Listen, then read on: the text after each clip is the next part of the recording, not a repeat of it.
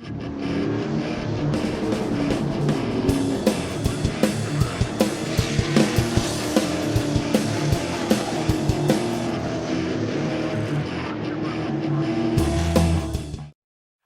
evening, ladies and gentlemen, and welcome to the Motordrome Speedway. Tonight, USG Sheetrock presents the NASCAR Whelen All-American Series. 5 divisions of action, including the biggest event of the season for the Coca-Cola Super Compacts. At this time, we ask that each and every one of you please rise up from your seats, and gentlemen, remove your caps for our opening ceremonies. Joining me here on the front straight from the New Stanton United Methodist Church, Sam and Burl, who will deliver tonight's invocation, and here to sing tonight's national anthem, street stock driver Terry Schwartz. At this time, we turn the microphone over to the New Stanton United Methodist Church. Thank you very much. It's certainly really an honor for our church to be able to participate in these events. They're great events, and obviously you guys know because you come and enjoy the competition. So we are very appreciative of it. Burl is going to offer a prayer of praise and thanks to our Lord, especially tonight for this absolutely wonderful evening for racing. This is going to be a great evening. So, Burl. Thank you, Sam. Ladies and gentlemen, tonight's a very special night for me. As far as giving a prayer, I just lost a 47-year-old Benedictine monk that was a very dear friend of mine just a couple days ago. And I want to give these prayers in his honor also. I know he's with God now. We come here, Lord, to praise you and honor you for everything that you do for us each and every day.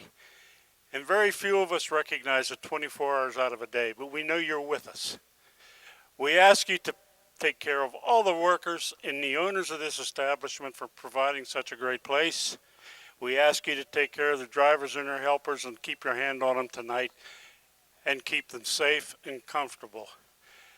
And Lord, we ask that you bring all those servicemen and servicewomen home from overseas. It's nice to see some coming home now. We personally would like to see all of them at home. So when you go to bed tonight, say a prayer for your service people, whether you know them or not. We ask all these things in your name, Lord. Amen.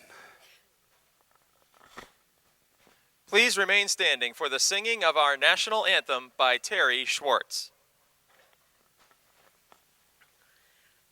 Oh, say, can you see by the dawn's early light what so proudly we held at the twilight's last gleaming, whose broad stripes and bright stars through the perilous fight, oh, the ramparts we watched were so gallantly streaming, and the rocket's red glare, the bombs bursting in air, gave proof through the night that our flag was still there.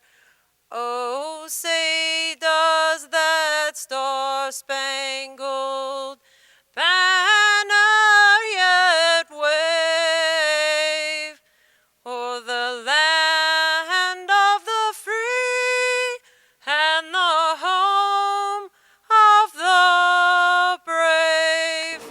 In car 3, Chris Brink. Wyotech Modifieds. 8 laps in distance. Green flag is out.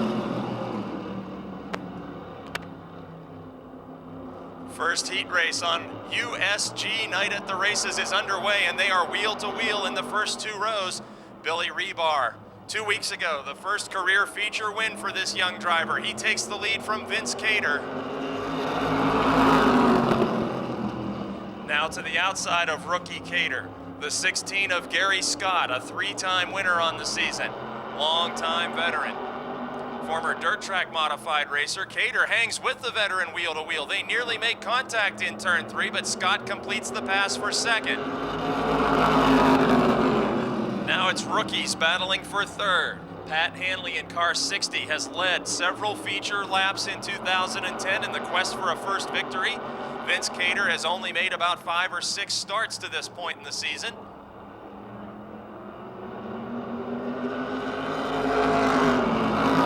The driver of car 27, a former street stock racer here at Motordrome. The driver of car 60, a former dirt street stock racer. They nearly touch, but the lead battle heats up. Gary Scott in car 16 dives to the inside of the flying fireman and takes over the lead out of turn number 4. He got a hard crash into the outside wall. Both rookie drivers, Vince Cater and Pat Hanley, smacked the outside concrete coming out of turn 4.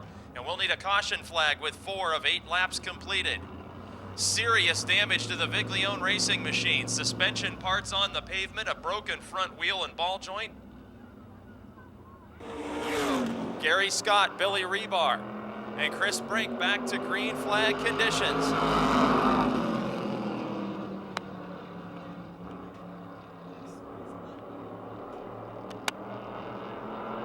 Scott opens up a lead over the only 2 cars remaining in this heat, as Vince Cater and Pat Hanley are now pit side.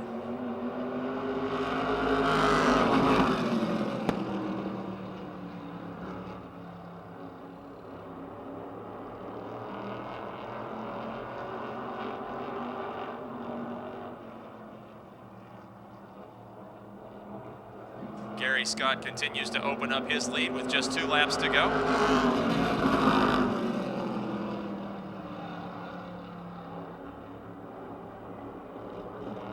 Rebar in second spot, in jeopardy of losing that position to points leader Chris Brink.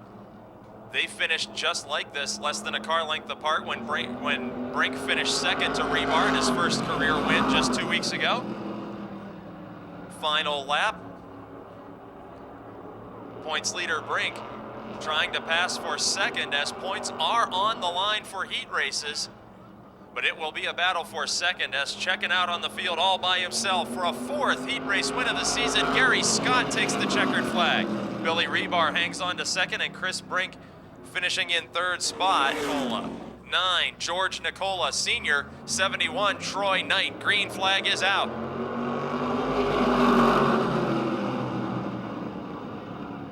Hoffman and Weiser wheel to wheel for the lead. Lonnie Hoffman, a championship contender, 27 points behind Chris Brink in the Motordrome title chase. And with points on the line in this heat race, he can gain ground with a win as he takes the lead from Weiser. J.P. Weiser in the 17 car, a winner this season at Lake Erie Speedway. A rookie this season at Motordrome. He falls back to 3rd as the 6-time and defending champion driver Adam Kostelnik takes his new 0-0 ride into 2nd spot. Weiser loses the handle briefly out of turn 4. He makes a great save to keep the car out of the wall, but now the 9 of Big George Nicola sneaks to the inside. This will be the battle for 3rd spot, wheel to wheel down the backstretch. Nicola, who hasn't raced in quite some time, bringing his son's modified out as the lead battle intensifies. Headed into turn number 1, Adam Kostelnik looking to the inside of Lonnie Hoffman. Kostelnik, 6-time and defending champion. Hoffman looking for a first track title. Hoffman with multiple win seasons in 2009 and 2010. Kostelnik, the leading winner of 2007, 8, and 9. And now Hoffman at the midpoint of this event with 4 laps completed, extending his lead over the defending champ. Then there's about half a straightaway back to the 17 of Weiser, holding on to 3rd despite that miscue in turn 4 a couple of laps ago. And then George Nicola Sr. in the 9.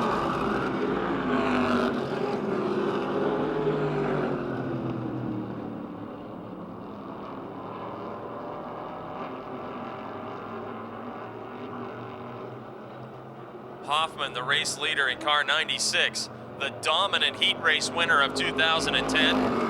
Complementing his 2 feature victories, Hoffman has an unbelievable 7 heat race wins. He's going to look to make that 8 here tonight, as out of turn 4 he will see the white flag.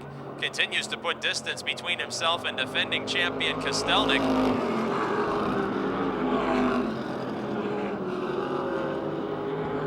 Final trip around the Motordrome Speedway in preliminary action for the Wyotech Open Wheel Modifieds.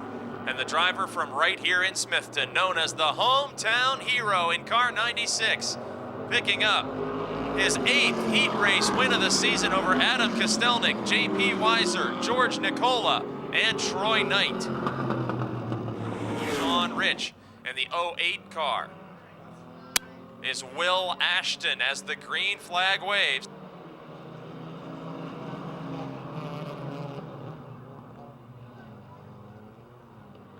The 08 is Ted Gabala Sr. tonight, as Mary Catherine Shimko goes 3 wide to take the lead down the backstretch. Mike George dropping back just a bit as Sean Rich and June Mihalik continue the 3 wide racing. Now Mihalik takes over second but pushes way up the banking. A great job to keep from hitting the wall and hitting Sean Rich, as now Rich moves into the 2nd position. Rich and Shimko, the 2 veteran drivers in this heat race, both of them very, very young, as Shimko in her first weeks as a licensed Pennsylvania state driver on the streets. She's been driving for 3 to 4 years here at Motordrome Speedway. And Shimko putting a hurting on this field on lap 2 of 6. 6 laps the distance for the Coca-Cola Super Compact Heat Races. These cars are 4-cylinder, front-wheel drive, street passenger cars, modified only for driver safety and competing on street tires. And young Mary Catherine Shimko is outdistancing this field. She drives for Kevin Ludwig Racing and does double duty. We'll see her in the Charger division as well. Sean Rich in 2nd spot, and it's a distant 2nd right now. 3rd place has just changed hands as the 49 of Mark Tringes Sr. He's the father of a feature winner this season. Tringes takes the 3rd spot from June Mihalik. Then it's Mike George and the 08 of Ted Gabala Sr. as we have 2 laps to go. So far this season, Mary Catherine Shimko has taken 3 heat race victories. And as the white flag is about to be displayed, looks like she will be headed for 4 heat races with 1 more half-mile trip around the Motordrome Speedway. The biggest event of the season is tonight for the Super Compacts. 25-lap feature event. And in preparation for that event, the veteran from Keisterville, Pennsylvania in car 44, coming out of turn number 4. Another heat race win for Mary Catherine Shimko over Sean Rich, Mark Tringes Sr., June Mihalik, and Mike George. Kevin the Caveman Keffer, and in 33, heat-winning rookie Kyle Komorinsky. Green flag is out. We're nearly 4 wide on the front stretch. That was a precarious situation entering turn 1, but now Dave Kumpfmiller in that tiny-looking Honda Civic takes the lead. They're 3 wide for 2nd with Ben Stahl, Mark Tringes Jr., and Steve Settle. Stahl in the middle. We may go 3 wide again. Settle, a former dirt track racer at the Farmington Speedway. And rookie Stahl door-to-door as feature winner Mark Tringes Jr. crawls into the 2nd spot. Tringes got his first career victory early in 2010. And now the renumbered 68, which we're normally seeing as a 62. Scott Alborn taking over the 4th spot from Stahl.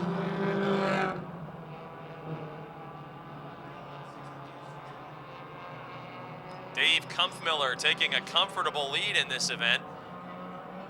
Kumpfmiller, who's only been to Motordrome as a competitor a couple of times this season. He is the crew chief for Paul Urso in the NASCAR Subway Super Late Models. Looking for a first feature win in NASCAR competition. I believe Kumpfmiller has won an Enduro. 47, Mark Tringes Jr. in 2nd. Steve Settle in car 3 is in 3rd. Both of them have been to victory lane this season. the 68 of Scott Alborn, a former Enduro winner. In fourth, then Ben Stahl and the caveman Kevin Keffer, as there are 2 laps to go.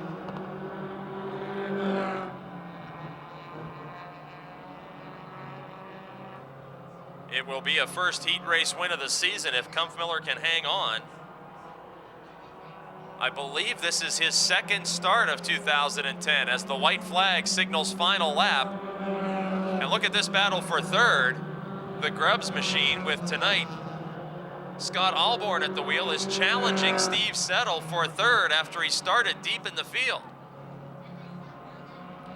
But in turns 3 and 4, a first heat race win of the season. The driver of car 73 will take the checkered flag. Dave Kampfmiller with a heat race win over Mark Tringes Jr., Scott Alborn, Steve Settle, and Ben Stahl.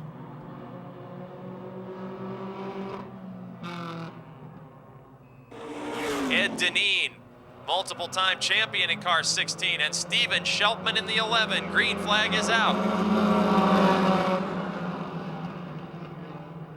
More 3-wide racing in the Coca-Cola Super Compacts. It's Schwartz, Zerfoss, and Koffler, who nearly gets into the wall as they were 3-wide. Early race leader is Chris Knight, the winner 2 weeks ago. Winner last week, Cody Quarrick, is second. Bill Schwartz, the points leader, is third. Only one driver on the starting grid has yet to visit victory lane. That's the 11 of Scheltman, who has numerous second-place finishes this season. He's even led white flag laps in feature events. Still looking for that first win. Early race leader Knight now putting some distance between himself and the 6 of Quarrick. Quarrick, a former super late model racer, who is now back to his racing roots in the Super Compacts, and he's about to lose the second spot to Bill Schwartz. The 31 of Schwartz, the points leader, and the son of tonight's national anthem singing race car driver, Gary Schwartz, glides into the runner-up position. And the 04 of Andrew Dukavich also passing by last week's win. He will spin as he passed last week's winner. A great save by Dukavich. We will not need a caution flag, but the 05 of Koffler and the 6 of Quarrick both moving around him. 2 laps to go as race leader Christopher Knight crosses the official scoring line. And Ed Deneen heads into the pits. The all-time leading winner in the Super Compacts retires from competition.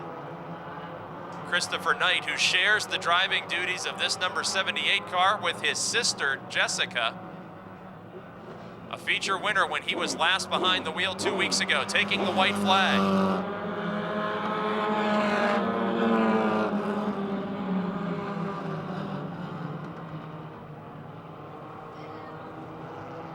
On the heels of that feature victory, Knight coming through turns 3 and 4, and will pick up his third heat race win of the season in the Coca-Cola Super Compacts. Christopher Knight takes the checkered flag over Bill Schwartz. A last lap pass by Paul Koffler Jr., followed by Cody Quarrick and Andrew Dukavich. 5 from Jenners, and Joe Moose from Latrobe in car 83 take the green flag. The NASCAR Subway Super Late Models into turn number 1. 10 laps the distance. Championship points are on the line in heat races, and Bobby Henry darts to the outside of Todd Price. Henry in car 11 comes into tonight 91 points back of Mark Catone, the points leader. Both the drivers battling at the front of this field have one victory in 2010. Henry's coming in the Crown Jewel Summer Sizzler 100. Price's win, a first career coming on opening night 2010. And Henry officially becomes the leader on lap 2 of 10. Side by side behind that battle, Henry's teammate, the 2002 Motordrome champion Gary Wiltrout, steals a spot from Dan Lewis. Here comes Barry Audi to the outside of Lewis. Audi in car 75, a 2-track champion. He's won a championship at Jennerstown Speedway. He's won a championship at Clearfield Speedway. He takes the 4th spot away from Dan Lewis on lap 3 of 10.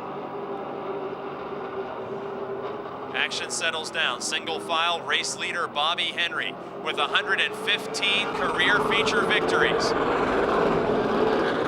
Henry has been winning at Motordrome since the surface was dirt, and now his teammate challenges for second. Down the back straight, a pair of Ford Fusions door to door. Todd Price on the outside, Gary Wiltrout on the inside, and Wiltrout takes over the runner-up position.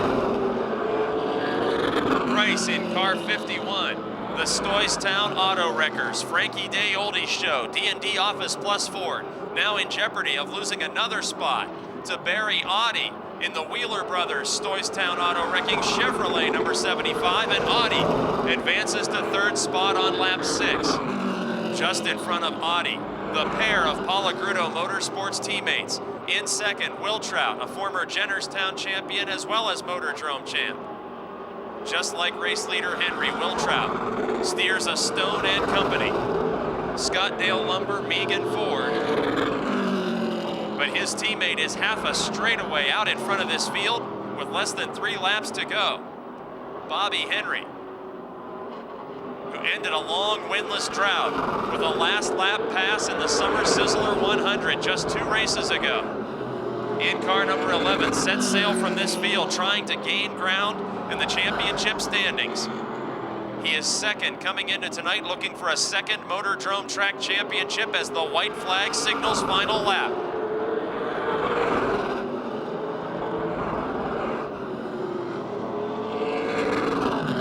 Down the backstretch, the Connellsville, Pennsylvania resident at his home speedway. Out of turn number 4, takes the checkered flag, a 5th heat race win of the season for Bobby Henry over his teammate Gary Wiltrout, Barry Audi, Todd Price, and Dan Lewis.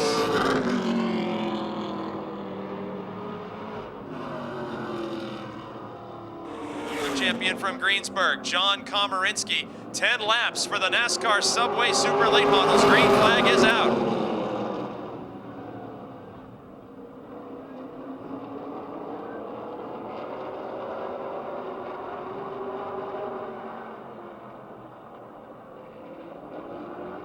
Side by side for the lead, Mark Catone and Mark Poole. So many times this pair of Marks have battled for feature victories, and here on lap 1, it's a heat race, checkered flag on the line, and championship points on the line.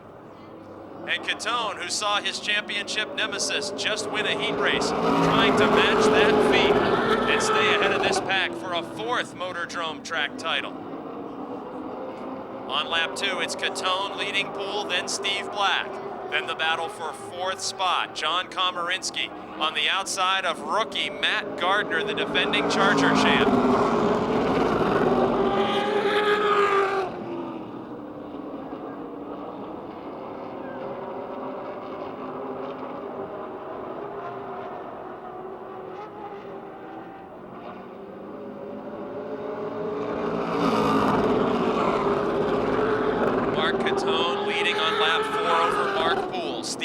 In 3rd. Top 3 drivers on the speedway, representing 7 feature wins among them.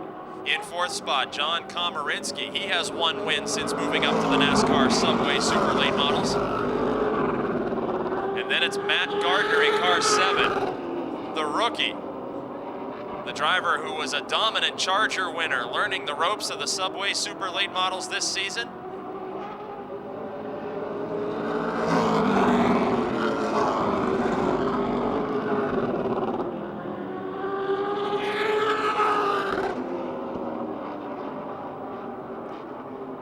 Catone's lead interval shrinking just a bit as Poole, as the tires get hot, seems to be closing in just a bit. Mark Poole in the Howard Concrete Pumping Donaldson Supply Chevrolet. Twice a winner as a graduate of Legacy Car Racing. And Mark Catone just in front of him, the K-Site Mama Papino's Pizza Auto Express Transportation Chevrolet 31. A 3-time and defending champion out in front of this field.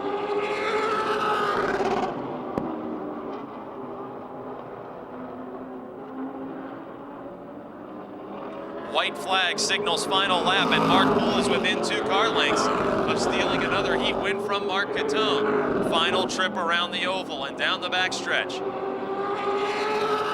The points leader trying to keep pace and lock up a track title for the 2nd year in a row, and Mark Catone will take the checkered flag over Mark Poole, Steve Black, John Komorinsky, and Matt Gardner.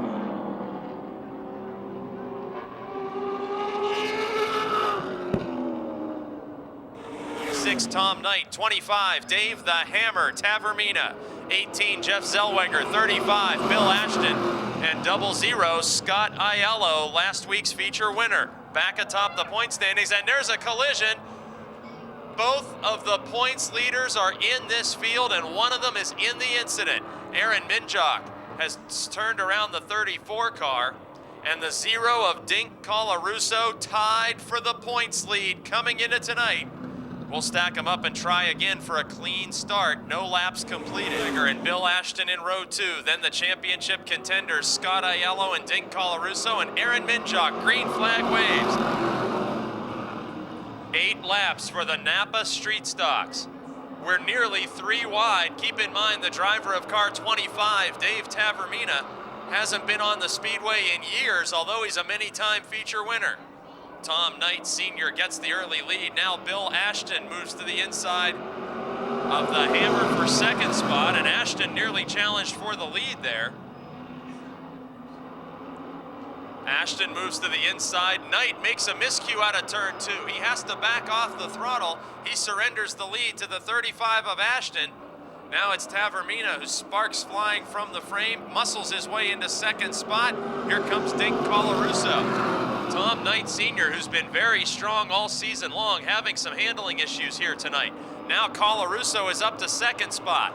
Remember, championship points are awarded for heat race finishes.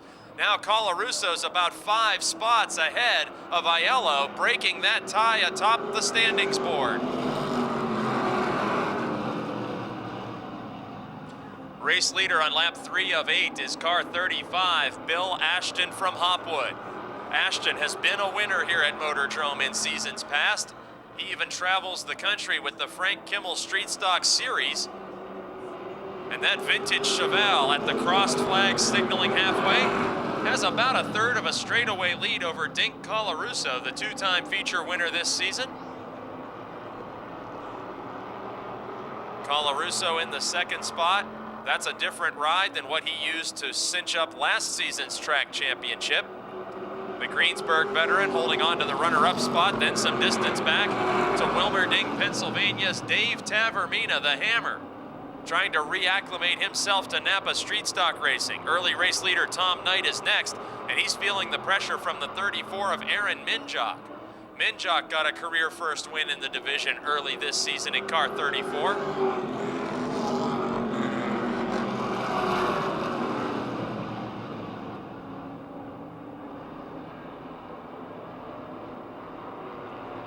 Now Knight to the outside of Minjok again, and this time it looks like Minjok may be able to complete the pass for 4th. Down to the bottom, and will he bring Aiello with him? White flag is waving, and Scott Aiello needs to gain some points. He came in here tied with Colarusso, and Colarusso's 4 spots ahead of him in this heat race. But into turns 3 and 4, the veteran driver from Hopwood, Pennsylvania, with a first checkered flag of the season, Bill Ashton, the heat race winner. Dink Colarusso will finish 2nd. Hammer Tavermina's in 3rd. Aaron Minjok 4th, and Tom Knight Sr. in 5th. In car 3, Sean Phillips, the former champion from Jefferson in 31, and Terry Schwartz in car 03 take the green flag. That's right, our national anthem singer driving car 03 as a rookie in the Napa Street Stocks, and there's contact at the front of the field.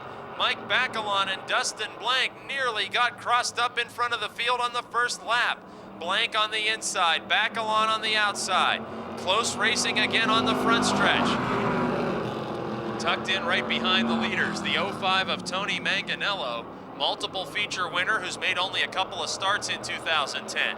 The 83 is Matt Sever, the defending Super Compact champion, a rookie in this division and multiple feature winner. and Dustin Blank finally grabs the lead from Mike Bacalon. And quickly Bacalon is back to third spot as Manganello challenges him. At the scoring line, it was officially Manganello by inches in the 05 car in second. Now he completes the pass, and here comes Matt Sever. Dustin Blank leads the way now in car 94, racing veteran of all forms of pavement motorsports.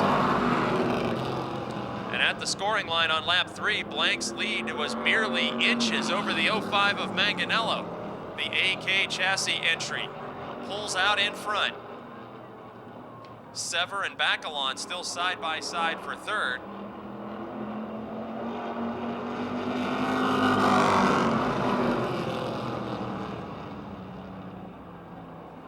'05 of Tony Manganello holding on to the lead over Dustin Blank. Matt Sever in third spot in the 83. Then the battle between Mike Bacalon and Sean Phillip.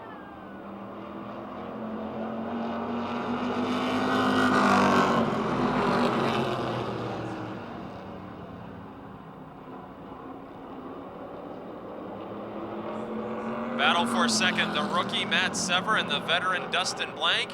Behind them, more side-by-side racing as Bacalon and Phillips go door-to-door. Action all over the speedway as Manganello continues to lead with 2 laps to go. Phillips now secures the 4th position from Bacalon, while Sever stays glued to the inside of Dustin Blank's machine. Blank, a feature winner in 2009, the same year that Matt Sever posted double-digit feature wins in the Super Compacts.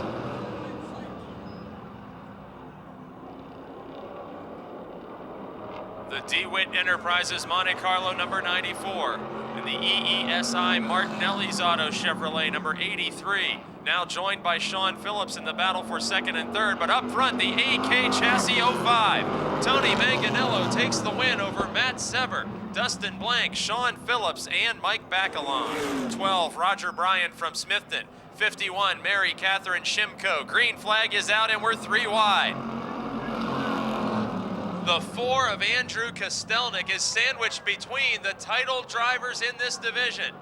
And they literally knocked Kostelnik out of the way to battle for the lead with Ed McConnell.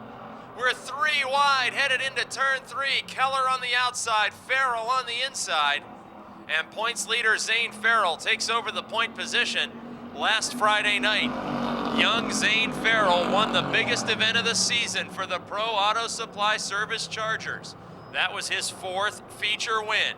And coming into tonight, he holds an advantage of just 20 points over the driver in second spot on the racetrack and second spot in the standings, Denny Keller in car 13 from Denora.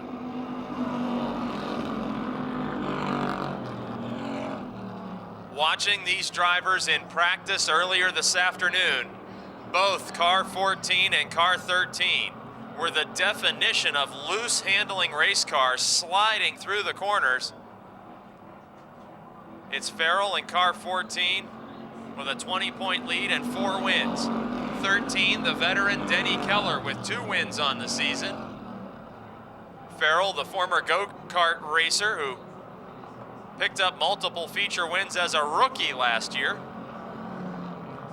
Ed McConnell hangs on to 3rd, and Andrew Kostelnik in the 4 car, his first Charger start in a long, long time.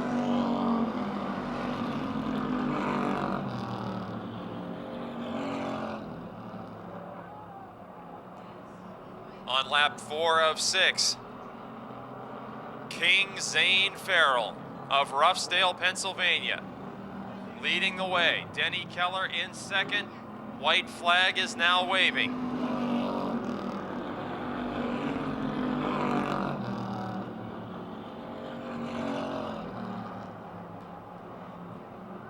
Just a couple of months ago, he graduated from high school, raced here after graduation, preserved his points lead, and takes a 9th heat race win of the season over Denny Keller, Ed McConnell, Andrew Kostelnik, and Roger Bryan.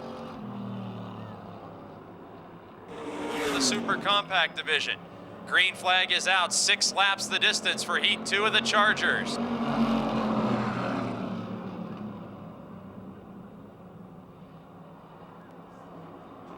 four-time winners battling at the front of the field. Ron Eifert the third in car 61. Kristen Ettling in car 8. Only last week did Zane Farrell join these two as a four-time winner. Ettling will officially lead lap 1 by a bumper. And Ettling using the outside lane to hold that run of, that's a high-powered run right there. When you can stay in the outside lane and fend off an inside challenger at Motordrome Speedway and do it sideways as she did right there in turn 3. Now the car gets away from Ettling just a bit in turn 4, allowing Ron Eifert to take the point position. Now Ettling drops back into the inside lane.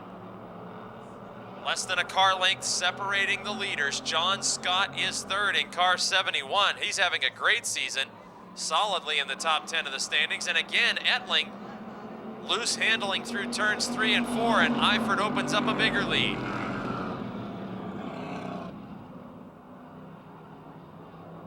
Ettling with a miscue in turn 2 that costs her an awful lot of ground. Now John Scott in the 71 car closes in. Scott, the sophomore driver. Beautiful paint scheme this season on 71. Looking for a first career feature win. Looking for a first heat race win. Holding down the third position ahead of Chris Spadacine, a two-time winner in the division.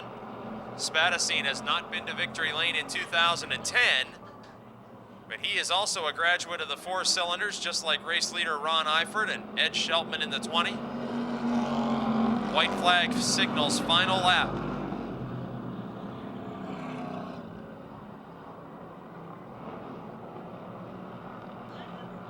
Extending his lead and headed for his first heat race win of the season. Ron Eifert III takes the checkered flag over Kristen Ettling, John Scott, Chris Spadacine, and Chad Goring. 3, Chris Brink, the four-time winner and points leader. 71, Troy Knight. 9, George Nicola. Green flag is out.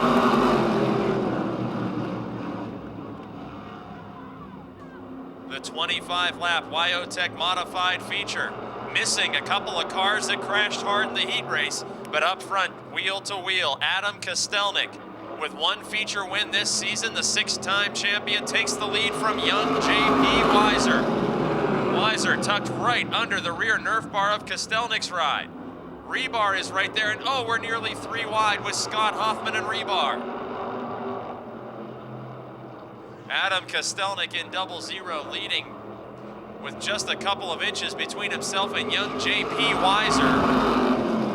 Weiser has one win on the season, but not here at Motordrome, that coming at the Lake Erie Speedway. Kostelnik with one win on the season right here at his home track. Billy Rebar, the flying fireman, is third. Gary Scott fourth. Then the championship contenders wheel to wheel. Oh, Rebar is into the outside wall.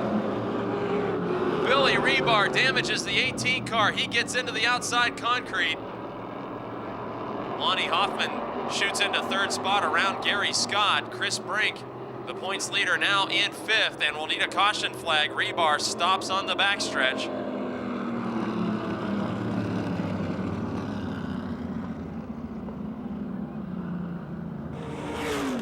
25 laps the distance. Green flag is out for Kostelnik, Weiser, Hoffman, Scott, and Brink.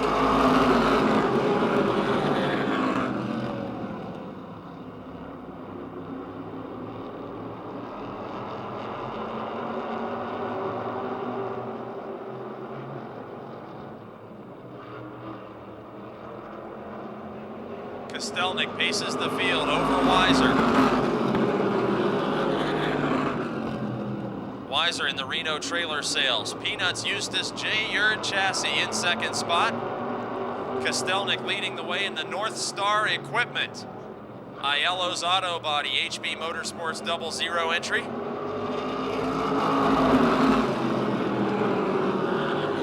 Lonnie Hoffman sitting in 3rd. The Scrinnies Automotive, Bruce's Kids World 96. Then the 16, the Swissvale Music. The Clarks sponsored number 16 of Gary Scott.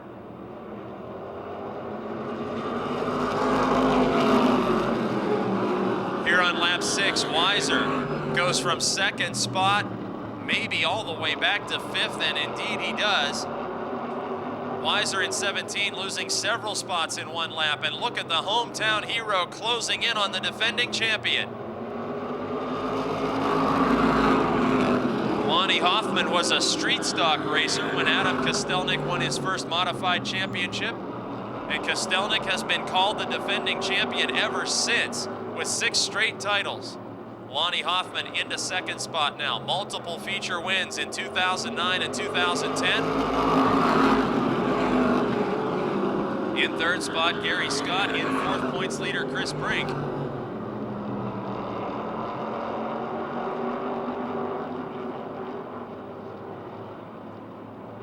Brink, no surprise, he goes to the high side of the Motordrome Speedway where he prefers to race, looking for a way around Gary Scott. They are the division's 2 leading winners, Brink with 4 checkered flags, Scott with 3, and they are wheel to wheel down the backstretch. Hoffman took an attempt at the lead there, had to get on the binders, and now 4 cars racing under a blanket for top positions. At lap 10, Adam Kostelnik hangs on to the lead. It's been a tough luck season. Kostelnik has been leading on more than one occasion when mechanical failures or accidents not of his own making have taken him out. Hoffman in second spot. He was a victim of someone else's crash last week as well. Chris Brink, meanwhile, gets around the 16 of Scott for third, and now the championship rivals are bumper to bumper in second and third spot on the speedway.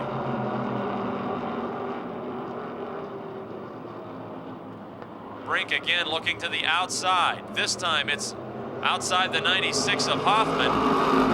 Hoffman tucked right up to the rear bumper of Adam Kostelnik on lap 12. This is still anybody's race.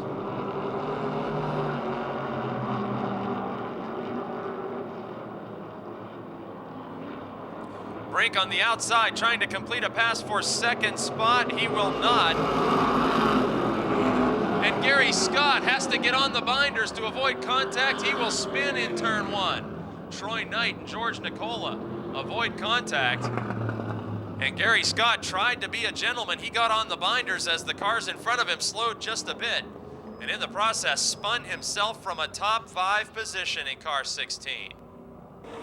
For a restart on lap 13, Adam Kostelnik inside, Lonnie Hoffman outside.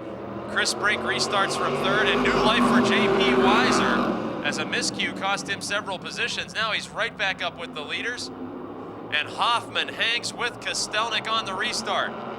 Up to lap 13, it's been all Adam Kostelnik, now wheel to wheel. Lonnie Hoffman and the 6-time champion. Into turn 1, they are just about dead even working lap 14. Chris Brink not sure who to follow. Weiser makes another little bobble. And Hoffman, who just had the bumper out in front of Kostelnik into turn 3, now loses some ground to the race leader and will settle back into second spot, but not by a full car length. It was Kostelnik leading officially at the scoring line, but Hoffman hanging on to that outside lane, still challenging. Chris Brink in third spot. He prefers the high side, but who will he choose to follow? Which of these drivers will make a mistake first? Hoffman on the outside, Kostelnik on the inside. And with Chris Brink, these 3 drivers begin to separate themselves from the rest of the field just a bit. Hoffman now clears Kostelnik, taking the lead into turn 3. Can he hold it officially to the scoring line for a lead change? And he will. Lonnie Hoffman becomes the race leader on lap 17 of 25. Kostelnik's car showing signs of loose handling as Chris Brink makes a pass to the outside. Brink started deep in this field and came in tonight with a 27-point advantage over Lonnie Hoffman.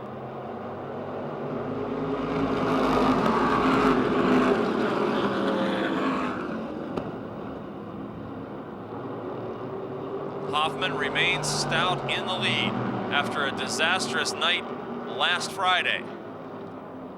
Hoffman trying to regain some ground lost in the points chase after last week's crash.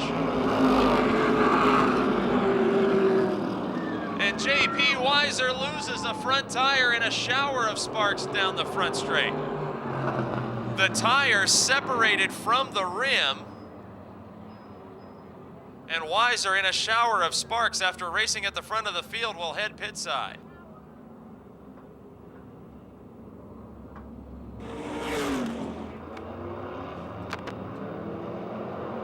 Green flag back out. And Hoffman will win the race into turn number 1. Can he maintain his lead through turn 2? And Kostelnik gets into Brink coming out of turn 2. The points leader spins in front of the field.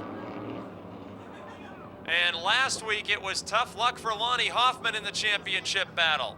Tonight it's tough luck for Chris Brink in the championship battle. Nicola, his first start in years, he's up to 4th for the restart. Green flag is out.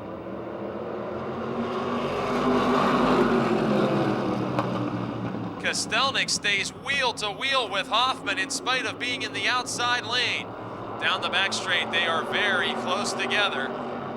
Hoffman pulls out now to a 1-car length advantage. Gary Scott fighting off George Nicola at the same time gaining on Kostelnik.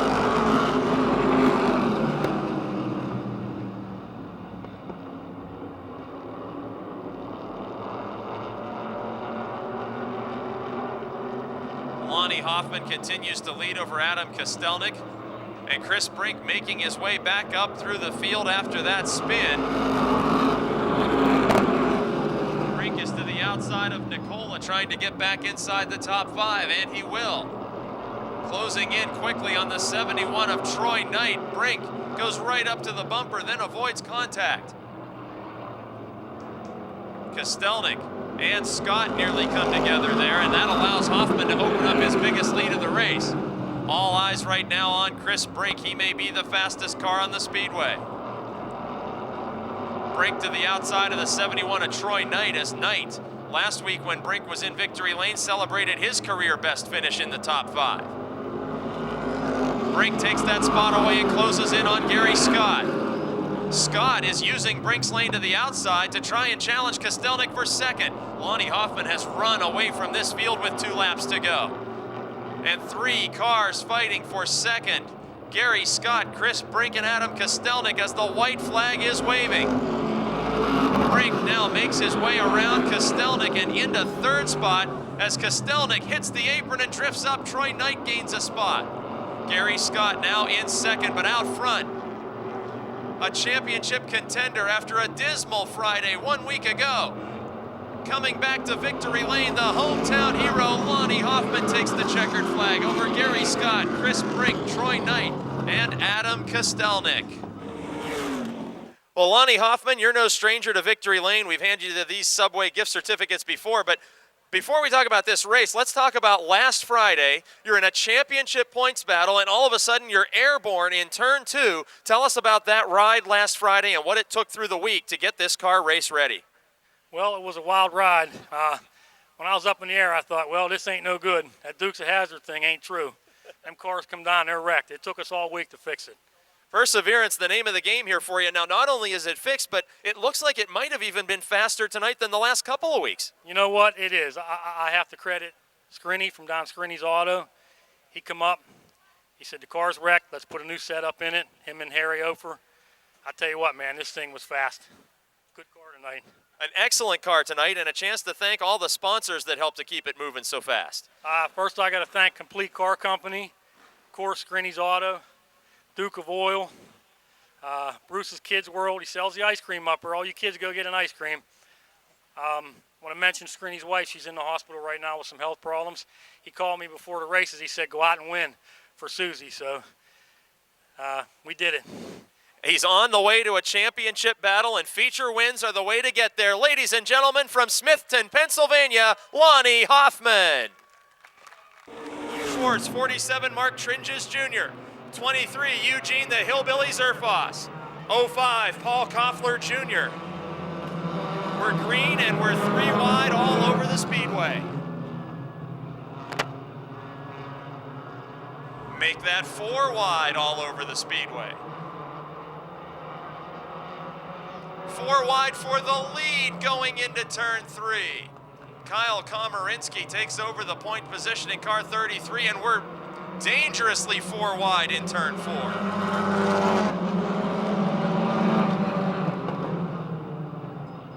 I can't believe we made it through lap 1 with cars 4 wide, most all the way around the surface.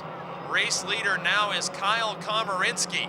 He's a rookie with a heat race win, the nephew of a NASCAR late model ace, and challenging him his first time in car 68, it's former Enduro winner, Scott Alborn in car 68.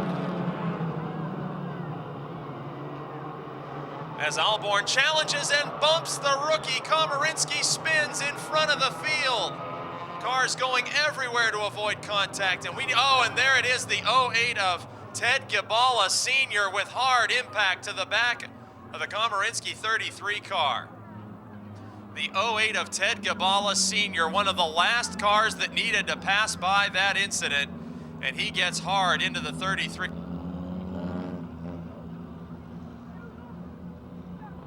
Kyle Komorinsky had stopped on the racetrack after being punted out of the lead, and along came Ted Gibala in 08. Green flag is back out. 2 of 25 laps completed.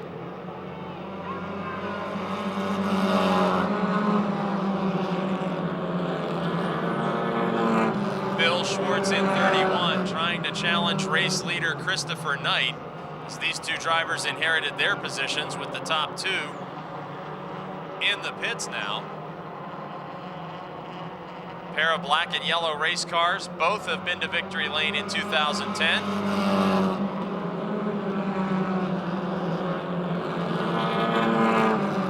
And on lap 3 of 25, they stay side by side.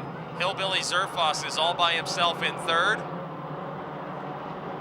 And now Schwartz takes the inside lane and completes a pass for the lead.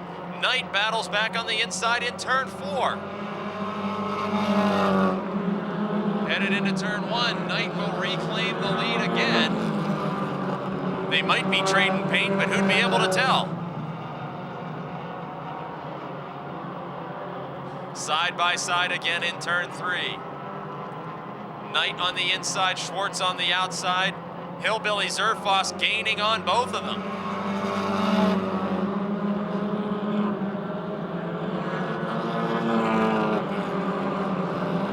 Christopher Knight's Dodge Neon, Bill Schwartz in a Chevy Cavalier, and Eugene Zerfoss in a Ford Probe. All the manufacturers represented at the front of this field right now. And Knight maintains the position, defending his lead against the advances of points leader in this division, Bill Schwartz. Now Schwartz sees his championship nemesis, Hillbilly Zerfoss, diving to the inside.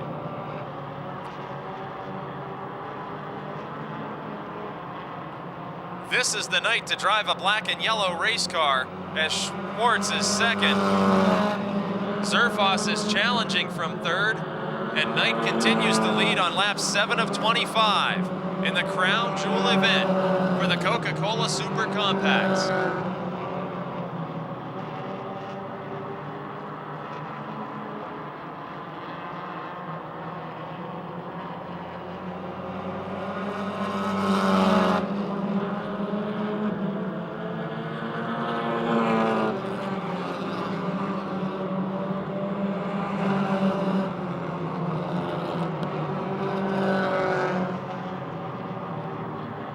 Working lap 8, it continues to be Schwartz, Zerfoss, and now Paul Koffler Jr. battling for top 5 positions behind the race leader Christopher Knight. Knight, whose only career victory came 2 weeks ago, we got a caution flag.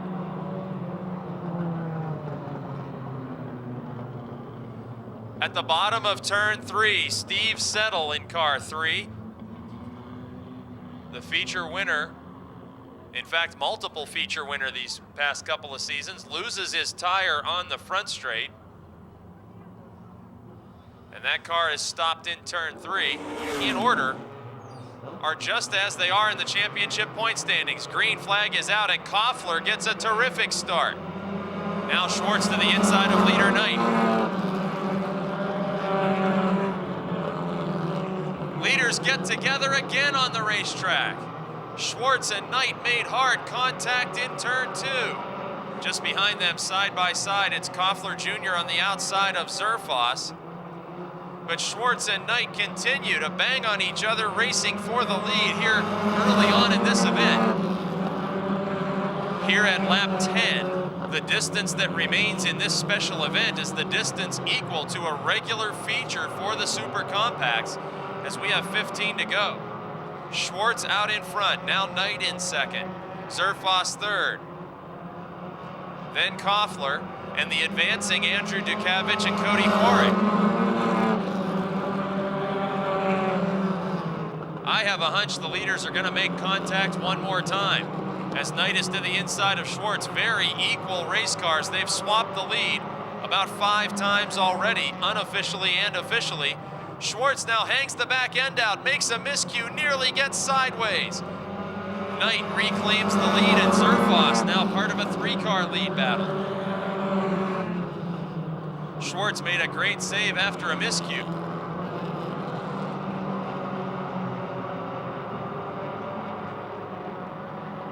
Now it's Zerfoss fighting for second spot with Schwartz. The 2 championship contenders are a couple car lengths behind race leader Christopher Knight.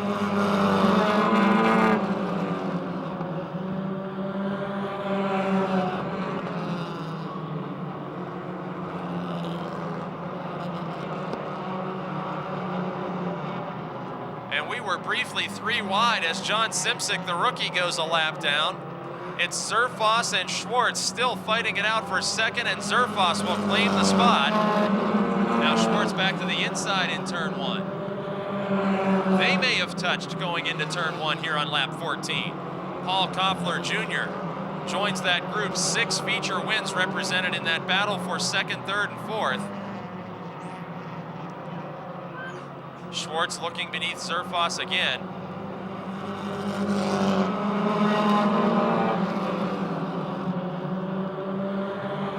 Into turn 1, very close racing in the fight for second.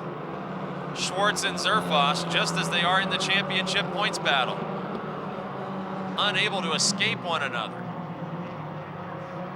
Christopher Knight, meanwhile, has built up a huge lead as a result of this action. Andrew Dukavich is now 4th after starting deep in the field. Last Friday's winner, Cody Korik, now up inside the top 5 in car 6.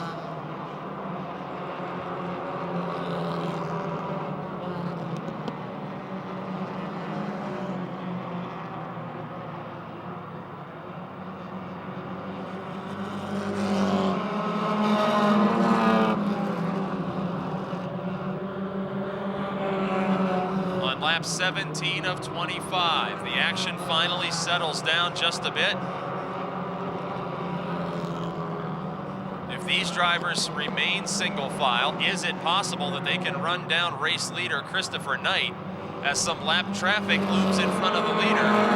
In about a lap and a half, Knight will be encountering some slower race cars, and by slower, I mean heat race winners this season like June Mihalik and the 39 of Brian Knoll.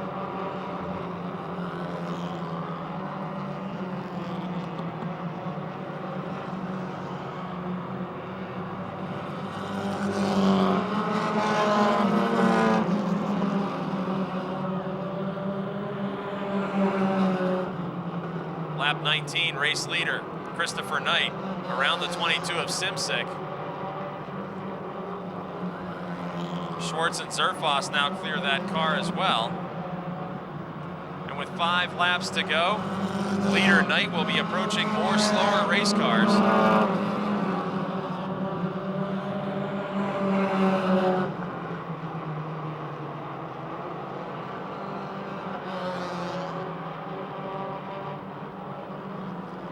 Leader Knight goes to the outside of Brian Knoll in 39. Looking to the outside of June Mihalik in 38. Meanwhile, in the second place battle, Zerfoss is about 2 car lengths behind Schwartz and trying every lane of the racetrack to gain momentum, and that lane worked. Going from the top to the bottom, Zerfoss will squeeze 3 wide between Knoll and the second place driver Schwartz.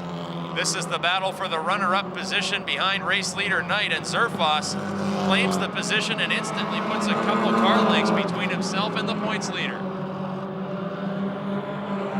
Cody Quarik is the next driver. He is back in the 4th position in car 6 as last week's winner.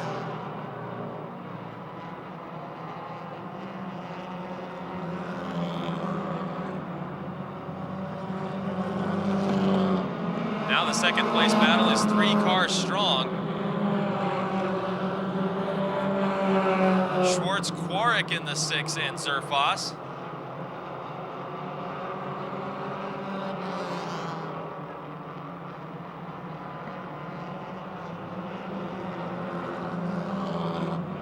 White flag waving for the biggest event of the season. In the Coca-Cola Super Compact Division, the second place battle is still up for grabs. 3 cars in lap traffic, make it 4 cars fighting for that spot. But headed into turn number 3 for the second. Oh, we got a problem in turn 3. Sean Rich goes into the outside wall, and we're gonna need a caution before the finish.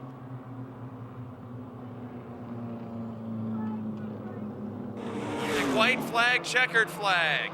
Back to full speed. Look at Cody Quarik, 3 wide on the start. He's way up the banking now into the marbles, and the black and yellow cars again set sail. Andrew Dukavich is challenging Quarik, but the white flag will be waving just as it did moments ago, and Schwartz steals the second spot from Zerfoss. Can the points leader win the biggest event of the season, as Schwartz has to gain about 2 car lengths to challenge for the lead? And we've got another caution flag. June Mihalik in car 38. And Mary Catherine Shimko is into the wall in turn 2. Both of our female drivers crash in separate spots on the racetrack the same lap. I didn't see either one of the incidents. Caution flag was for Mihalik, whose car was already stopped in turn 4 when I saw it. And after that, Mary Catherine Shimko gets into the wall. Zerfoss restarting from 3rd, then Dukavich and Quarik.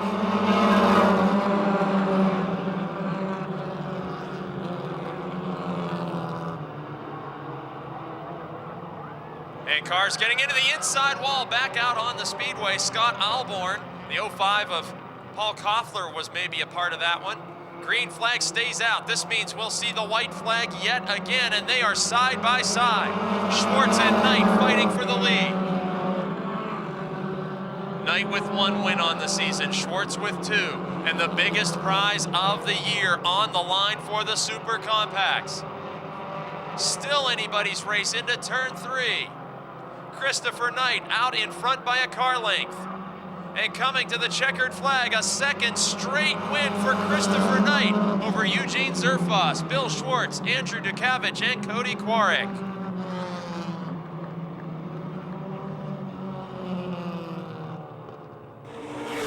Got a Subway gift certificate for you. That race had to be as much fun from the cockpit as it was from the grandstands. I think you guys traded the lead, what, 8, 9 times? Oh, yeah, it was a blast. It was definitely a close race, and then them green-white checker feature final up, it was a blast. You had to think you were a cursed man. You took the white flag, what, 3 times before you could actually pull into victory lane here. At that moment, it has to be feeling like a bad luck kind of night for you. No, it was fun. I mean, I had probably 4 or 5 of the fastest guys here right behind me, so it made for a fun finish. Now, let me ask you this. Since you share the driving chores of this car with Jessica Knight, you've put it in victory lane twice. You taking any jabs at her about when she's going to find a way to get this car into victory lane? Oh, I have a feeling she'll find it before the end of the year. And a chance to thank sponsors and crew. Thank Car Lloyd Tire, my family for supporting me, and all the fans that come out every Friday night to watch us. There he is, ladies and gentlemen, the biggest event of the season for the Coca-Cola Super Compacts, and your feature winner is Christopher Knight. NASCAR Subway Super Late Models on USG night at Motordrome Speedway. Dan Lewis and John Komorinsky lead him into turn 1.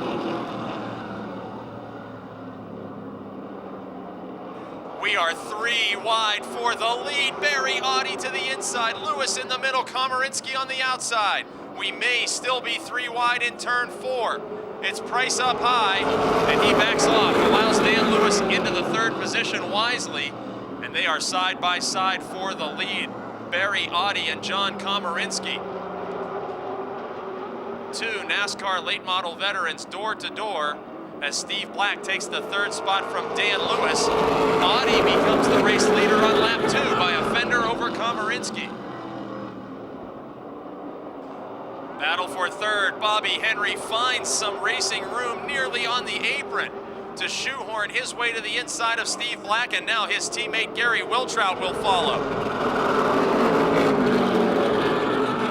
On lap 3, John Komorinsky slowed just a bit on the front straight, and that allows Henry, who just took over third spot, to quickly challenge for second.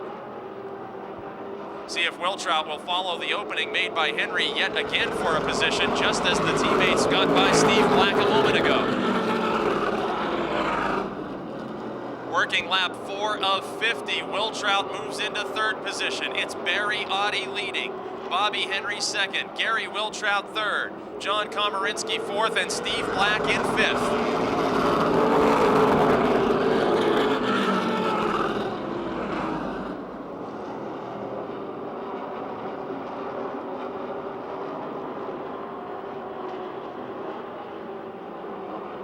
And quickly, Bobby Henry is finding his way to challenge for the lead.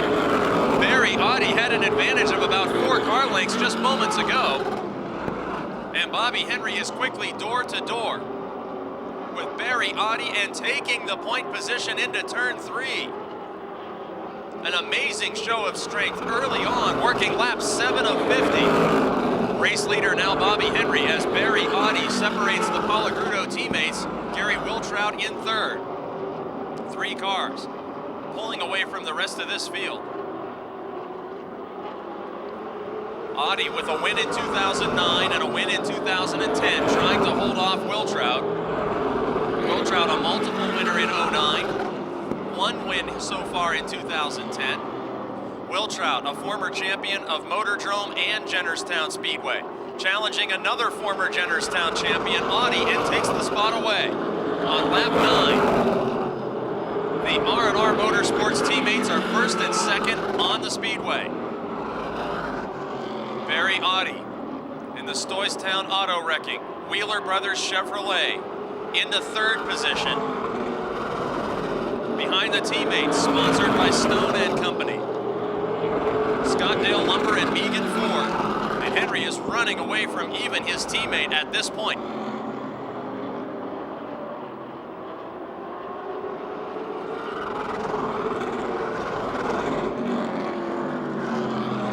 Turn 4, Mark Poole spins the Subway Eat Fresh driver, bringing out the caution on lap 11. In the field. Green flag back out.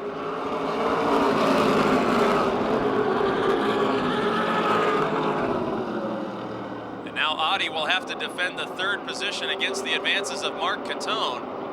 Audi was once the leader of this race, now finding himself third and being challenged.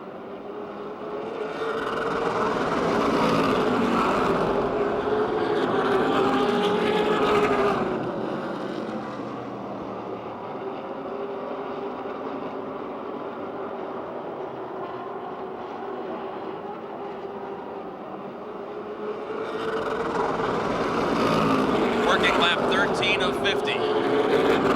Bobby Henry, Gary Wiltrout, then this battle between Mark Catone and Barry Audi. Catone and Audi both have a Jennerstown Speedway championship on their resume. Catone here in his home track, 3 times a champion, including 2009.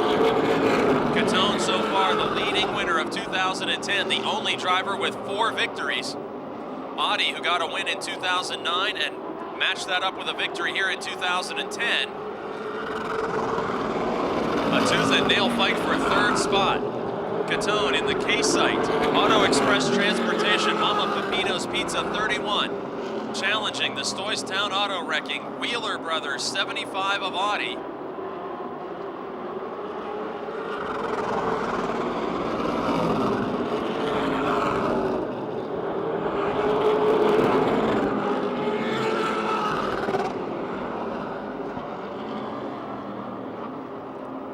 This battle is about 10 car lengths behind the lead teammates of Bobby Henry and Gary Wiltrout.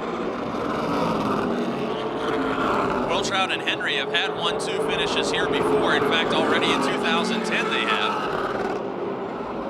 And Catone now has a good line to the inside of Barry Audi in turn 3. Side by side out of 4, Audi continues to lead. But Catone was ready to strike. Catone holds the inside position all the way through turn 2 and down the backstretch. Audi extends the lead by a car length.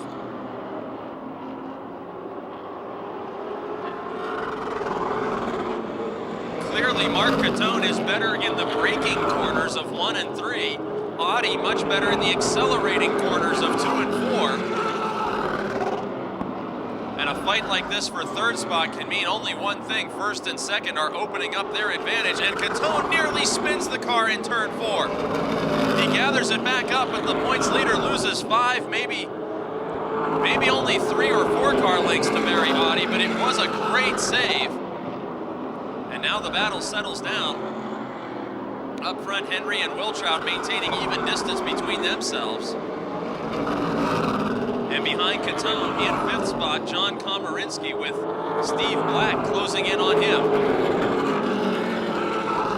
Komorinsky, a winner in this division, former Pro Stock champion. Black, a winner in this division twice this season, for the first time in his career and second time. He's a former Truck Division champ.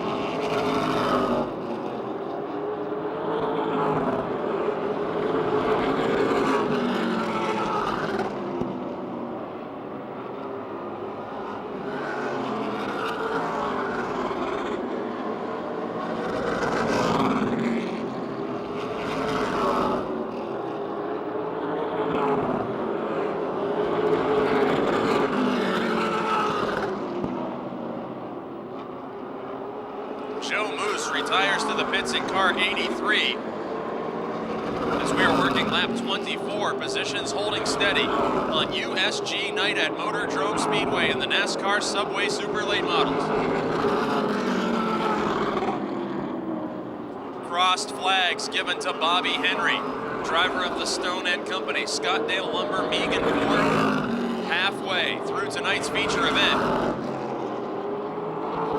Last week's winner was Mark Catone, but the 2 previous weeks, the Palagrudo teammates had a lock on victory lane as Wiltrout got his first win of the season, followed by Henry with a last lap pass to win the Summer Sizzler 100.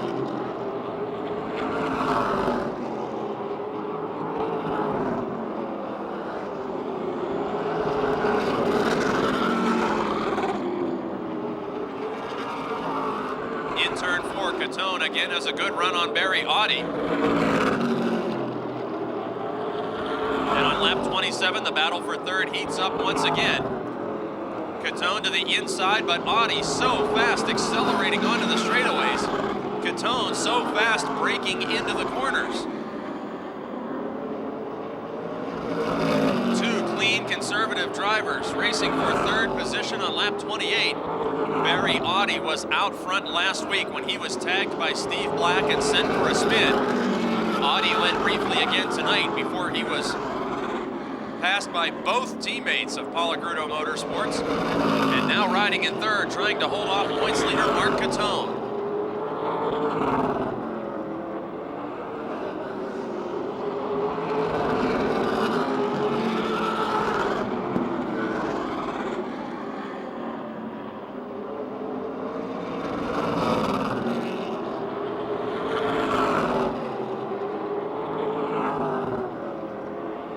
Catone that time looked to the outside coming out of turn number 2. Working lap 31, and car number 31 changes to the outside lane to find a way around Barry Audi. Coming into tonight, Bobby Henry second in the championship standings, and Audi third, and finally Catone may have completed the pass for third spot, and he does into turn 3 using the high side around Barry Audi. We are working lap 32, and this battle is going on nearly half a speedway. Behind race leader Bobby Henry, who's in lap traffic coming out of turn 4. He has just put a lap on Western Pennsylvania legend Snooky Williams. Closes in now on rookie Matt Gardner in car 7. He has extended the distance between himself and his teammate Gary Wiltrout. Henry, the 2007 Motordrome Speedway track champion. Now Todd Price has to get out of the racing lane, and Henry avoids contact as the 51 car is slowing. The Stoystown Auto Wrecking Frankie Day Oldie Show D&D Office Plus Ford of Todd Price, a winner this season, going a lap down as Gary Wiltrout moves around.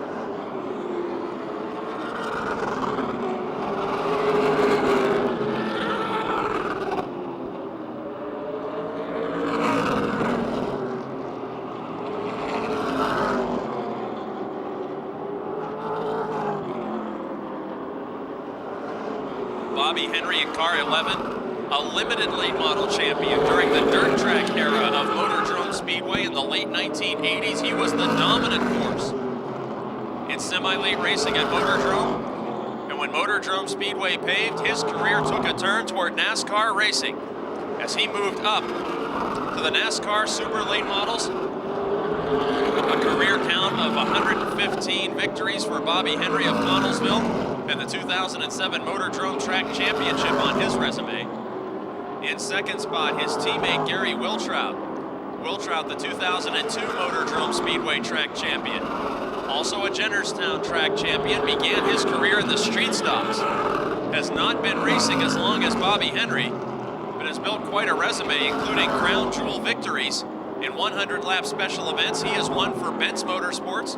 He's won for his own team and for R&R Motorsports.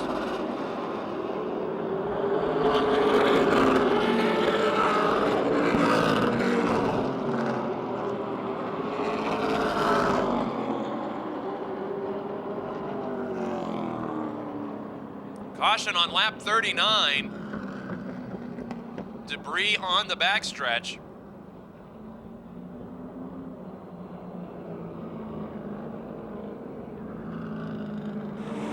In turn 4, green flag is out. It was on a restart that Bobby Henry made his pass to win the Summer Sizzler 100. And cold tires to the liking of this veteran as he again puts a car length between himself and Gary Wiltrout. Barry Oddie trying to claim the third position back once again. Henry second in the championship points battle by 91 coming into tonight. And a caution as Mark Poole.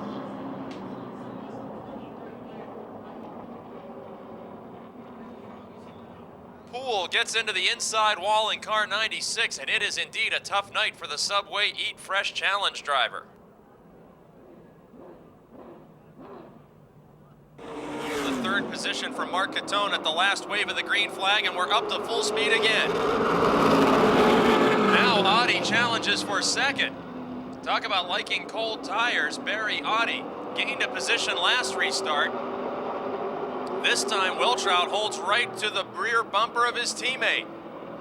And Wiltrout looks to the inside in turn 4. 9 laps to go. Catone again secures third spot by a car length, but this time, the R&R Motorsports Fords are bumper to bumper. Henry grabbed about a 4 car length restart on the previous restart, not so this time. Gary Wiltrout finding new life in the 95 car. Only a couple of car lengths between the teammates on the backstretch. Beginning to work lap number 43 at the scoring line. Now Henry with a slight advantage.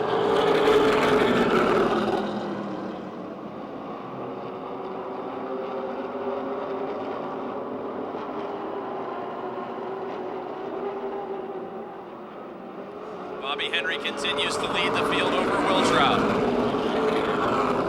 6 laps to go.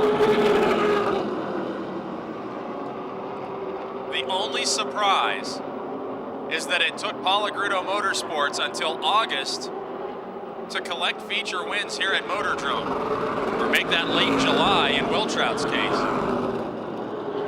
Henry's winless drought ran from opening day 2009 until 2 weeks ago.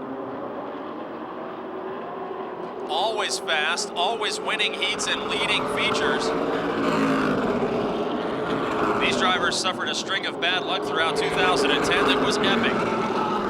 And now with Lady Luck on their side, this team could be posting 3 wins in 4 weeks.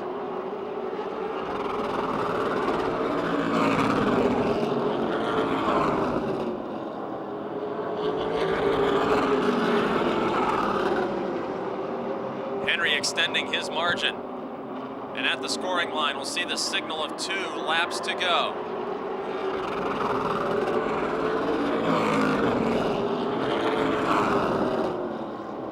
The driver from Connellsville, Pennsylvania, he began his racing career in the dirt track mini stocks. 4 cylinders here at Motordrome, his home racetrack. He graduated up to limited late models and was a dominant force on the dirt.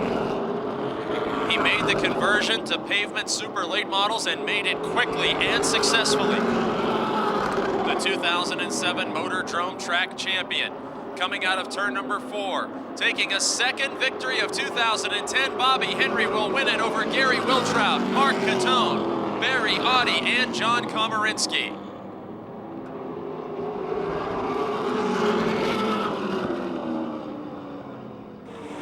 A Subway gift certificate for you, Bobby.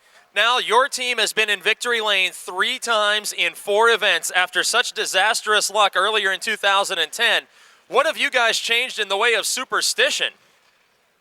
We left a green on the car. I mean, everybody wanted to paint it there halfway through the year, but seems to be working out now, and we got everything clicking right now. Both teams are running real good, and hated to give that one up last week, but got the toe out on that one get-together on the front stretch here, knocked the toe out a little bit, and we was happy and lucky to finish where we did, but everything's working out real good. With these double foul restarts and you line up inside of your own teammate, that's a veteran champion driver. Do you feel more confident about him wearing the same colors of you, or do you feel less confident because that's a guy who just might be able to pull one out of his hat and beat you? Well, he was really fast all night, and I was worried a little bit because I was just a little bit tight in the center of the corner, and I didn't want to push up and get into him. Richard up on turn 4 up there wouldn't like that too good. And now a chance to thank all the sponsors and crew for this second win of the season. I'd like to first I want to thank the crew. Dave Brown, brother Rick, Jeff, Ben Lewis. Who am I forgetting now? Who am I forgetting? Got to be forgetting somebody. That's enough. Myself. Okay, I'd like to thank Megan Ford, Stone & Company, Clark's Veneer, Scott Dell Lumber, Daily Courier, Bob Mongell Car Care, Courtyard Catering. That's about it. Fox's Pizza. Can't live without them on Wednesday nights. That's about it. And how many wins for your career is this? Nah, 117. 117. Ladies and gentlemen, for the 117th time in his career, Bobby Henry in victory lane. Scott Aiello, 3, Teddy Gabala, 18, Jeff Zellweger, 03, Terry Schwartz, and the green flag is out. Dustin Blank does not come up to speed, and the field gets by him 3 and 4 wide on the start. Unbelievable.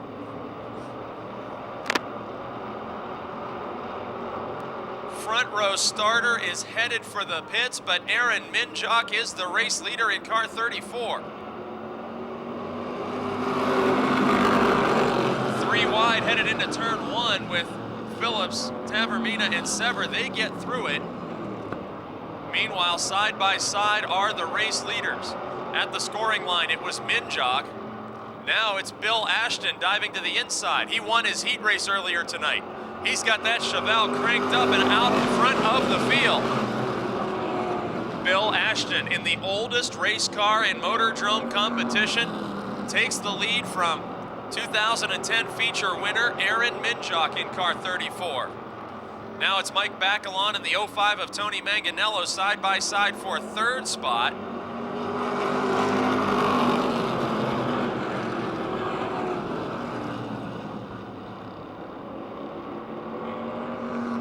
Manganello takes the 3rd position away from Bacalon. Here comes Sean Phillips to the inside of the 48 car. Phillips is a former division champion in 31, as is the 0 of Dink Colarusso, and he's about to get by Bacalon. Colarusso, the defending champ in car 0, tied for the points lead coming into tonight with Scott Aiello. The 05 of Manganello rides in 3rd, 4th it's Phillips, 5th it's Colarusso.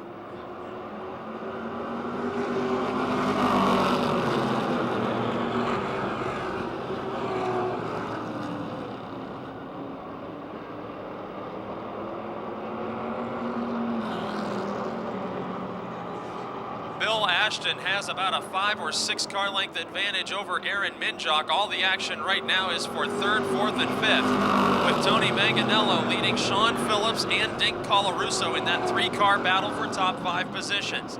It's lap 6 of 25. Manganello has multiple feature wins at Motordrome, none this season as a result of sitting out most all of the year up and through the middle of July. Phillips sat out much of the early part of the season as well, but has become a multi-feature winner in spite of only making a handful of starts. Colarusso in a championship battle has 2 wins this season after he posted double-digit feature victories en route to the 09 championship. And Aaron Minjok, the second place car number 34, got his first win in this division in 2010 early on.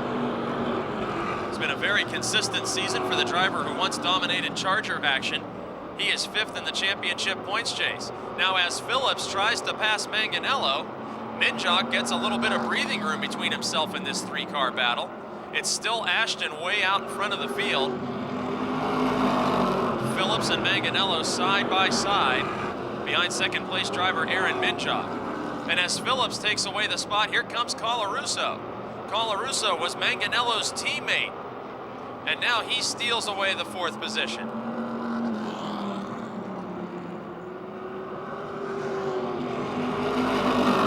Working lap 10 of 25. The race leader is Bill Ashton from Hopwood, Pennsylvania. Ashton has a couple of wins here at Motordrome Speedway. He's got himself a big lead over what has now become a side-by-side battle for the 2nd position in turn 4. Phillips on the inside, Minjok on the outside, and at the scoring line, it's just about a dead heat for 2nd place. Dink Colarusso watches this battle in the 0 car. Not a wise idea to go 3 wide, although it looks like Colarusso's capable of trying it. Manganello just behind them with the 83 of Matt Sever, who celebrated a birthday on Tuesday, part of this collection of cars as well, here on lap 12.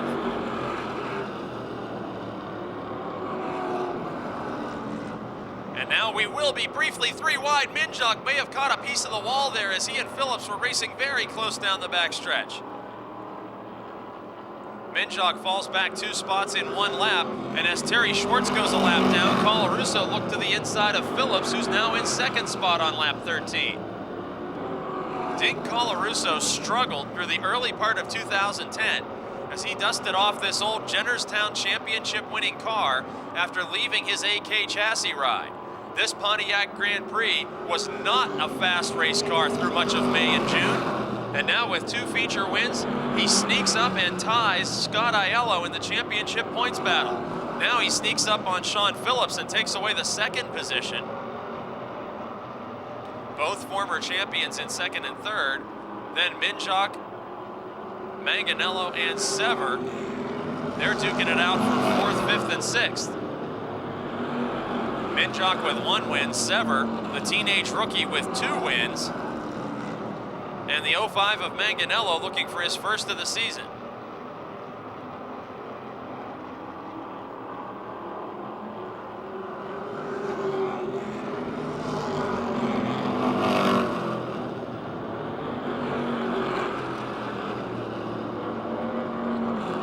Minjok and Manganello door to door all the way through turns 1 and 2, with Sever watching closely from the 6th position.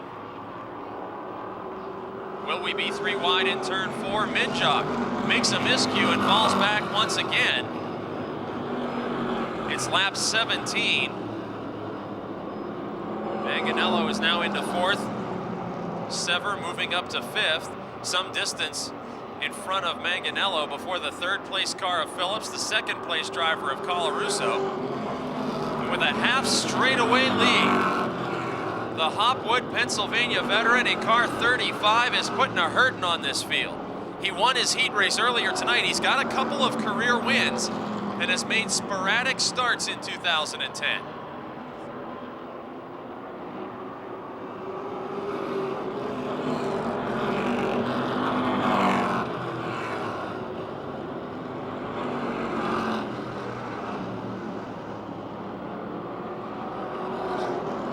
It's been a couple of seasons since Bill Ashton was in victory lane at Motordrome Speedway.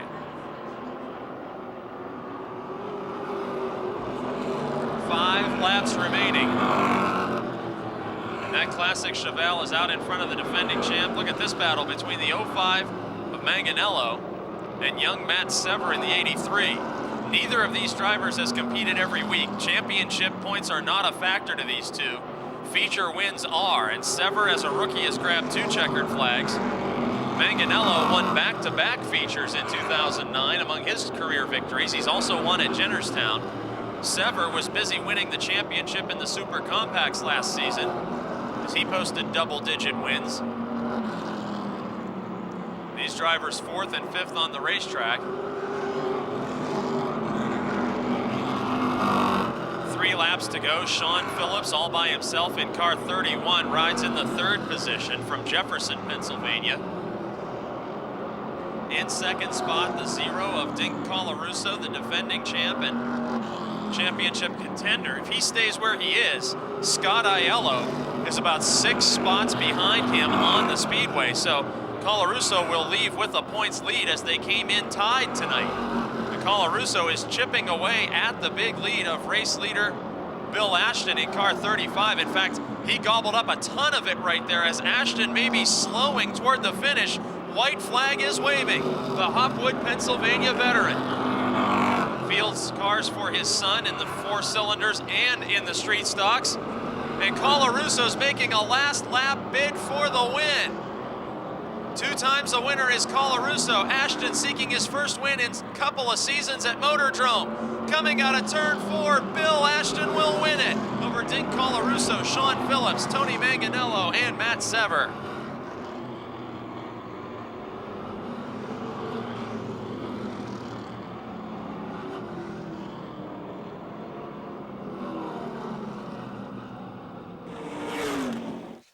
When was the last time that you parked in victory lane here at the Motordrome Speedway? It's been at least 4 years ago. Yeah, first time since then. Now, you've only been out a few times this season. Is that because this car is, shall we say, a little vintage and maybe takes a little more work than some of the other cars out there? It could be. I mean, it's one of the oldest cars out here, and I'm probably one of the oldest drivers out here. But we got her done tonight. The old hot rod was doing a pretty good job. Do you know when this car took its first racing laps, and what year is this Chevelle body? It is a 76 Chevelle, and Jack Satosky built it way back. I don't even know, so far back, probably a good 20 years ago. Now, were you extra fired up because your son has been to victory lane this year? Was he taking some jabs at you saying, hey, old man, when are you going to do what I did? I already got a feature win, now it's your turn. Well, of course, yeah, we couldn't let him outdo us. Yeah. And how about a chance to thank any sponsors and crew that help out with this fine machine? No sponsors, but I would like to thank my wife and son for all the time I spend away from them. There he is, ladies and gentlemen, bringing that old Chevelle to victory lane, Bill Ashton. Sheltman starting scratch on the field, 15 laps the distance for the Pro Auto Supply Service Chargers. And a big problem, Chris Spadacine gets hard into the inside wall, collects the 0-0 of Chad Goring.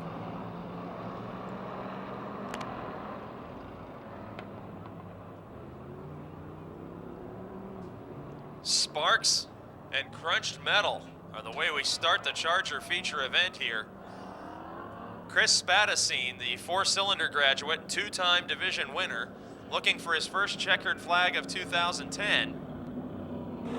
Zane Farrell, 20, Ed Sheltman. Green flag is out.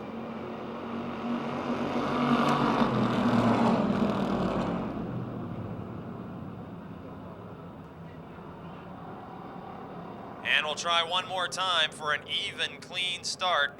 And lead us into turn 4. And now we've got us a start. No laps completed, 15 the distance, and 3 wide. Up through the pack comes Denora's Denny Keller. Still 3 wide, even closer racing out of turn 3. John Scott is on the outside, now 3. Oh, Zane Farrell backs out. A wise move to avoid 3 wide into turn 3. His championship rival just gained a couple of spots. Now he pulls underneath John Scott. Meanwhile, Kristen Ettling in car 8 and the 4 of Andrew Kostelnik are about to go 3 wide with Keller. On the backstretch, Kostelnik, the meat of the sandwich. Ettling on the bottom, Keller on the top. Now Zane Farrell goes 3 wide. He's on the outside of Kostelnik. Kostelnik gets the car sideways and allows the points leader to go through, but the lead battle finds Ed McConnell, who's been out front for both completed laps, feeling the pressure of Denny Keller to his outside. Here comes Kristen Ettling to fight for the lead. 3 cars all going for the top position here on lap 2.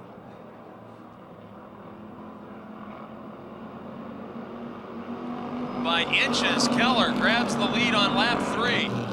McConnell now scored in 2nd place, but Kristen Ettling is all over him, and McConnell gets crossed up. McConnell makes a miscue that costs him 2 positions and allows Kristen Ettling and Zane Farrell to close in on the 13 of Denny Keller. Contact between Farrell and Ettling.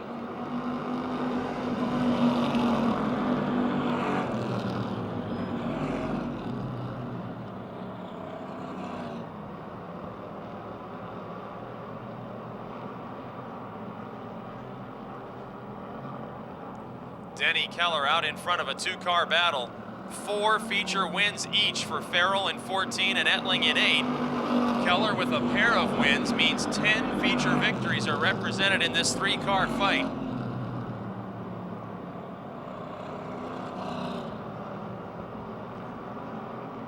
Farrell in 2nd position with his championship rival Denny Keller out in front of the field. The margin coming into tonight was 20 points. Farrell atop the standings, Keller in 2nd. Kristen Ettling not a championship factor, but will definitely be a factor in this feature race. She holds right with the leaders, now challenges Farrell for 2nd spot on the outside. Denny Keller drifts up in front of Ettling and opens the inside to Farrell. Keller and Farrell have tangled before while leading. Now the championship drivers are at the head of the pack with Kristen Ettling close in tow.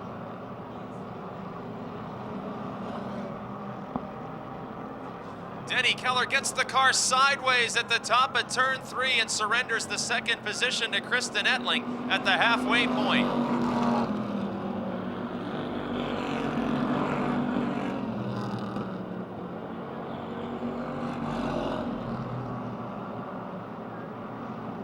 Now Keller falls about 6 car lengths behind the leaders. It's Farrell and Ettling.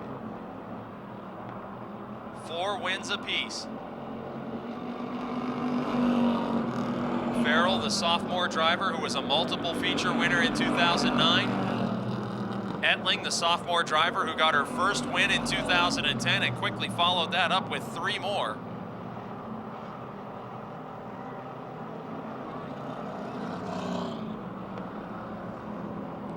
Farrell, the former go-kart racer. Ettling, a former dirt track racer, and I say former, she had her dirt car out just a couple of weeks ago again. They put a lap on division rookie Mary Catherine Shimko in the 51.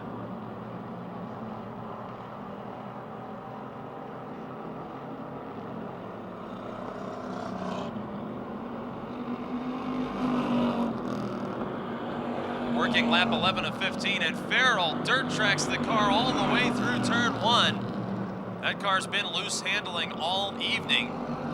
He maintains the lead. But that car was all kinds of sideways. Now Ed Scheltman going a lap down to the leaders as Ettling has her best run on Farrell. Looked to the inside in turn 4, couldn't make a pass.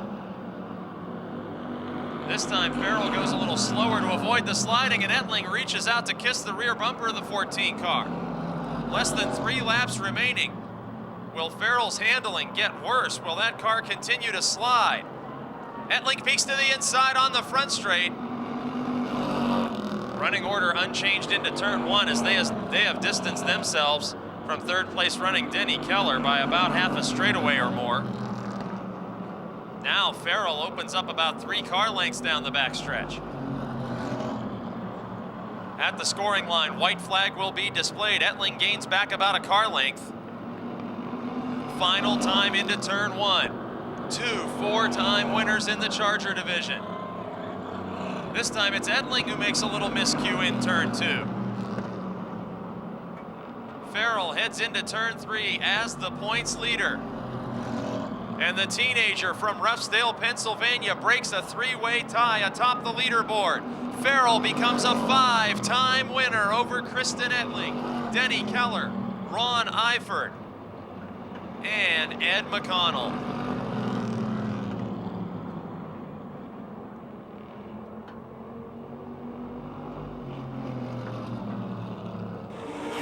Zane, congratulations. It seems like every week there's a completely different car standing between you and victory lane. Could you see that pink number 8 diving beneath you a couple times late in the race? I could see her go. I could see her fine. She ran a nice race. I like the way she raced me, and that's what racing's all about.